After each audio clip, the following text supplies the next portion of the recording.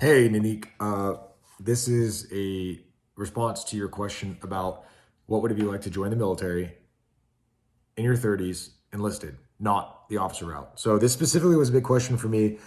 I interviewed like 25 people that I knew in the military before I made my decision to join. So one of my buddies is a Navy SEAL officer, and he told me not to go enlisted because he said, knowing me, he was like, I would be very like annoyed that I couldn't speak up and try to change certain things that the enlisted folks have to kind of roll with when it's handed down to them, and that based on my personality, I would buck really hard and probably get myself into a lot of trouble by like sharing my opinion when it wasn't needed, or trying or wanting to like overanalyze something and change it. He said that would definitely like be really annoying. So that was hey, my roommate's coming downstairs, but I won't put him in this video. It's gonna be a quick update. So yeah, he told me like based on my personality, being enlisted, I would just absolutely like hate my life. Based on that, he said specifically based on like critical thinking, and he didn't mean it in a way where the enlisted don't think critically, but as an officer, you're able to sort of streamline things a little bit. As a lieutenant, you don't have that much say, but you can look at the overall logistics, touch base with your NCOs and ask them like, hey, how do I make this like least dumb as possible? Like, what is the workflow going to look like? We have the commander's intent. What do we do? So as an officer, you can then take what they say if you're a good officer and then actually execute based on the people who have all the experience. Um, on the other hand, though, one of my friends, he had a master's degree and he went enlisted. He also joined the teams, but he did that because he wanted to be a gunner. Like he wanted to get in it with the guys and not be in a desk job. The so my original buddy who told me to go officer, he did say be cautious that by '03 you're stuck at a desk job. It doesn't matter if you're SF or not. You are at your desk. So he stopped running his platoon and then he became the guy who just dealt with paperwork. So his way of serving his soldiers was he would stay after hours and sign every single document he could to get them all the leave that they wanted, to get anything they needed for their families. Like that's what happened on the officer side. He's like the best way you could be like run your company and whatnot is to just dot every I, cross every T, do all the office work for the enlisted guys.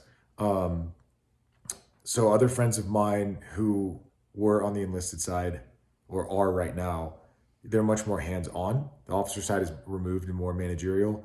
I'm sure you already know that. So your question originally was like, what would it be like? I don't know. I mean, nobody can tell you what the military is going to be like till you experience your chain of command. So my buddy told me, they're like, because I asked them, what's my life going to be like in the military? They said, you won't know until you command climate, the experience like that you have with whoever's in charge. Because whatever personality of the person is who's in charge, it trickles down to everyone. It's pervasive. So if they're like an athlete, everyone else is under them is going to want to be athletic. If they're a nerd, everyone's going to be a nerd just like they're. It's really weird how like culture works in an organization like that. But they sort of almost mimic the people who are higher ranking. But then also if that person like really cares about people's time off or is working 24 hours around the clock, it sort of permeates to others. And what I was told is don't ever go in thinking you can change the command climate. It is what it is. And if you have a great leader, awesome. If you don't, the storm will blow over within like, I think like 6 to 12 months. Like you're usually not completely aligned with your leaders. You kind of like staggered, you come in a staggered fashion as you transition to different jobs in the military. But the biggest thing to look at on the enlisted side is, I mean, you won't have as much authority right from the get-go, which is kind of weird because when you go in as an officer and you're brand spanking new, which like a lot of people get a bad rep for, is you're considered a senior leader. But if you're really arrogant and you act like you know everything when you really don't, you're gonna like the NCOs under you are gonna let you just flounder and completely drown in your job. So I met one guy who was like an E8 in the Navy. He was a firefighter on the ships. And like this new lieutenant showed up and was a ring knocker from the academy and said, I don't need your help. Don't try to help me. I know exactly what I'm doing. And so he had told the other NCOs like, hey, this new officer that showed up, don't even bother helping. And then within like 3 months, the officer got kicked out of their position for failing some exams and tests that the NCOs were supposed to support the officer for. But the officer came in and said, I'm an officer. I know what I'm doing. I don't need your help. It's completely arrogant, which is really insecurity. If you look into people's like ego defenses, very insecure mindset. So as always, this is my convoluted answer. If you have any other questions, let me know. But I would say ask anybody you know who's been in the military or who is in the military. And what I did is I went to my enlisted buddies and I asked them, like my other buddy Mike was in one of my videos, the rescue swimmer. I asked him, I asked all these other dudes, like, give me specific examples of really terrible officers. Like, what is the worst thing I could do as an officer if I show up? And then what are the best things I could do?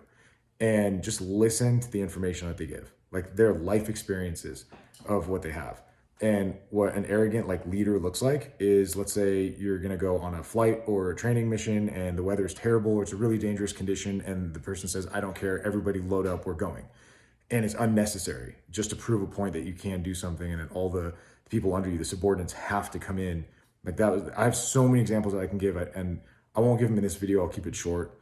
But if you want examples, like I can expand on that, because I interviewed like 25 of my friends who've been in the military, like Marines, Air Force, and Navy. Actually, only 1 or 2 dudes who are Army, because in San Diego, most branches are like coastal, you know?